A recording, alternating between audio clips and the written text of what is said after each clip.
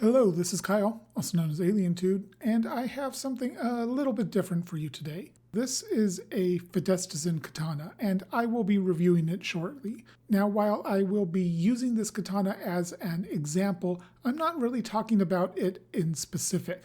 This video is more about budget katana in general. I would say the majority of the budget katana I've gotten my hands on have some similar problems, with the most common and one of the most annoying to me being a loose fuchi. So I figured I would put together a video that shows how I go about fixing a loose fuchi and also show a few things underneath the hood of a katana that I notice are common problems and things that I think makers should be fixing before sending their katana out. Alright, so I just got the Suka off, and this took a lot of effort. The Nakago shaping is not particularly good. We'll get to that in a moment.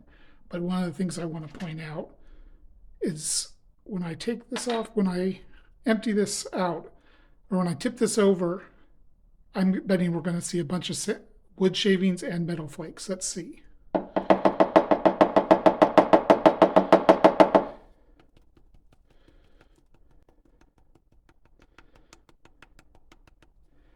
And that's exactly what we see here. Let's see if I can show you that a bit better. Look at all that. That's mostly metal, actually. That's not even very much wood shavings. That is mostly flakes of metal and such from the drilling of the mukugi ana, the holes where the mukugis hit. And that's just sloppiness there. It's pretty obvious from this that they drill the mukugi ana once the Suka is completely put onto the Nakago, and then they don't take it back apart. You can tell because the Samigawa is kind of messed up around the holes and not cleaned up. This should be fixed. What they should do is after they have drilled the mukugi ana, they should take it apart, clean everything up, and then put it back together. So I also just pulled the habaki off, and these came out. These look like very small wooden shims. I have not seen that before. That's certainly better than on the other Fidestisan sword that I disassembled, where they used epoxy to hold this all together. But frankly, you shouldn't want to shim the habaki. This should just be fit to the blade better. You know, Longchuan China produces hundreds, thousands, tens of thousands of habaki, and they should be able to pick one that fits the blade without needing to shim it. Looking at the Suba core here, you've got this is not a crack, this is where the two slabs of wood were joined, but there is what looks like to be a crack forming right up here. Hopefully you can see that. It's not all the way through, but it is starting, and I think if I did very much disassembly and reassembly after this initial time, I'm betting that's going to crack again or go all the way through. Also note that the wood shaping here is pretty rough. The interior of the Suka core should be smooth. That helps the wood stay in good shape, and if there are any burrs on the mukugi ana, which there are on this Nakago, it will keep them from biting into the wood as much. Here we have the very loose fuchi. There's no shims in it at all. And if we take it and match it up with the Suka, this is just oversized. They did not pick the right size fuchi. It's huge on here. It overlaps in pretty much every dimension. This needs to be a smaller fuchi for this Suka core. So what I'm doing here in an attempt to fix the fuchi fit is take some cotton paper, cut it into a thin strip, wrap it around the Suka here, and then I just put a little dab of wood glue, and I am clamping it there to let it dry. And I will repeat this process, putting extra layers of cotton paper on until the fuchi rests comfortably and does not wobble around at all. And I should note, I am not gluing the paper to the Suka. I'm just gluing it to itself. Once it's dry, I should be able to just pull it off and then put it back on if I need to. And this is after one cotton paper shim, and it's already considerably tighter. I'm going to make another, do the exact same thing, wrap it around, glue it to itself, and see how that does. Here we have the second wrap already done. Now, when I put this all back together, I rather expect to be able to see the cotton paper underneath it because the Samagawa doesn't go up, honestly, far enough. And before I even took this apart, I could see the wood underneath. So I will probably have a line of cotton paper that I can see, but frankly, that's better than a loose fuchi. So here we have the second shim, and it's actually a little too thick now. If you look right here, you can see the paper's kind of folding over.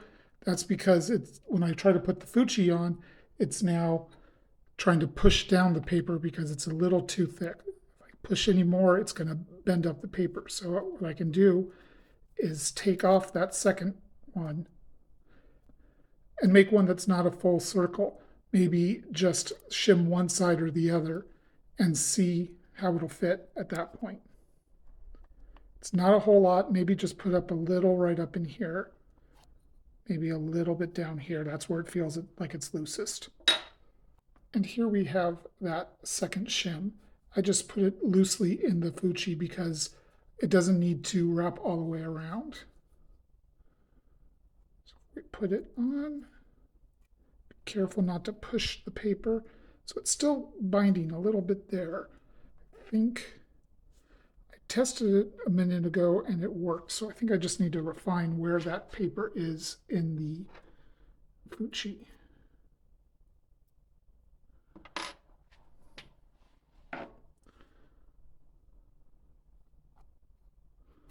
There we go. So it's on now. There's a tiny, tiny wiggle to it now, but very, very little. Enough. This might still have a little bit of wiggle when I reassemble it, but it's not enough to be a problem in my opinion. And honestly, compressing everything back together and putting it all back together, it might completely remove that wiggle. So let's take a look at the Nakago here. So trying to get a good angle here. It's very rough here. There's absolutely no file lines in here at all. It's roughly shaped. It's got actually a worse shape down here than you'll normally see. This would usually be a little bit longer. But the edges all are pretty rough. There's a lot of burrs on the Mikugi-ana. And yet this is just very reminiscent of a very inexpensive Nakago. There's a lot of crud on here. I'm going to need to wipe it off. On the plus side, the Munimache, I don't remember what this part is called. These are pretty much aligned, which is good. That's where you want to see. And they are rounded, so they're not 90-degree angles. That's good to see. And here we have the Nakago after it's been cleaned up. This was about 2 minutes. I sprayed a little bit of WD-40 on these coffee filters that don't fit my coffee maker. So I sprayed them with WD-40 and just kind of wiped the Nakago down. And use the WD-40 not for any kind of oiling or protective anything, just as basically a liquid-ish substance to just help clean it off. And the Nakago looks a lot better after just such a simple step. All they needed to do was just clean up the Nakago a little bit, and it's improved a great deal. So something else I'm going to do to improve this is there are burrs on both Mikugi-ana, and I'm going to just file them down so that it's a smoother fit and the burrs don't tear up the wood any more than they already have. I've already done the other side, so I'm just going to do this on this side.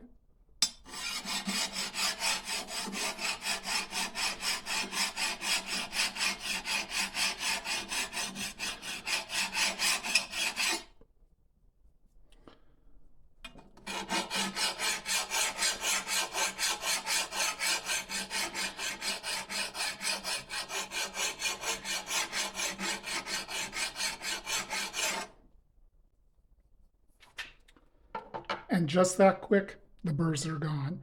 Again, incredibly quick, small improvements that really should be done before this is sent out. And it takes, you saw that took less than a minute, I think. And there's just no excuse to not do this by the manufacturer.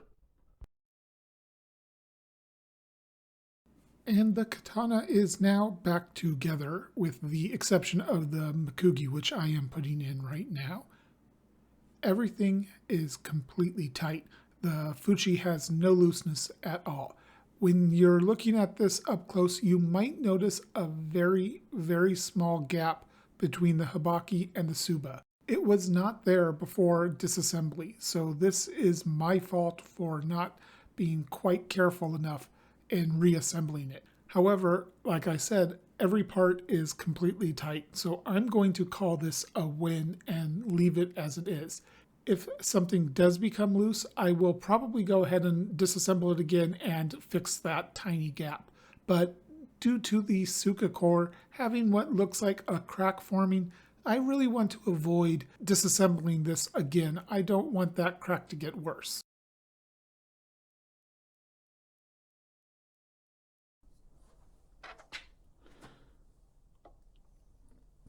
Trying to position this so you can actually see what I'm doing.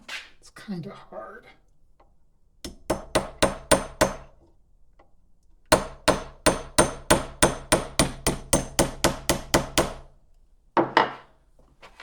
All right.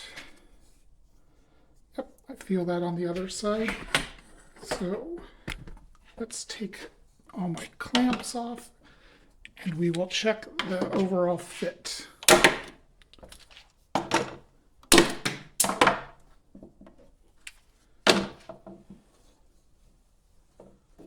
So here we have it all put back together. You can see that the fuchi is completely wobble free now. Suba's still tight. Hibaki is tight. If you look real close, you can kind of see the paper there, but not very much.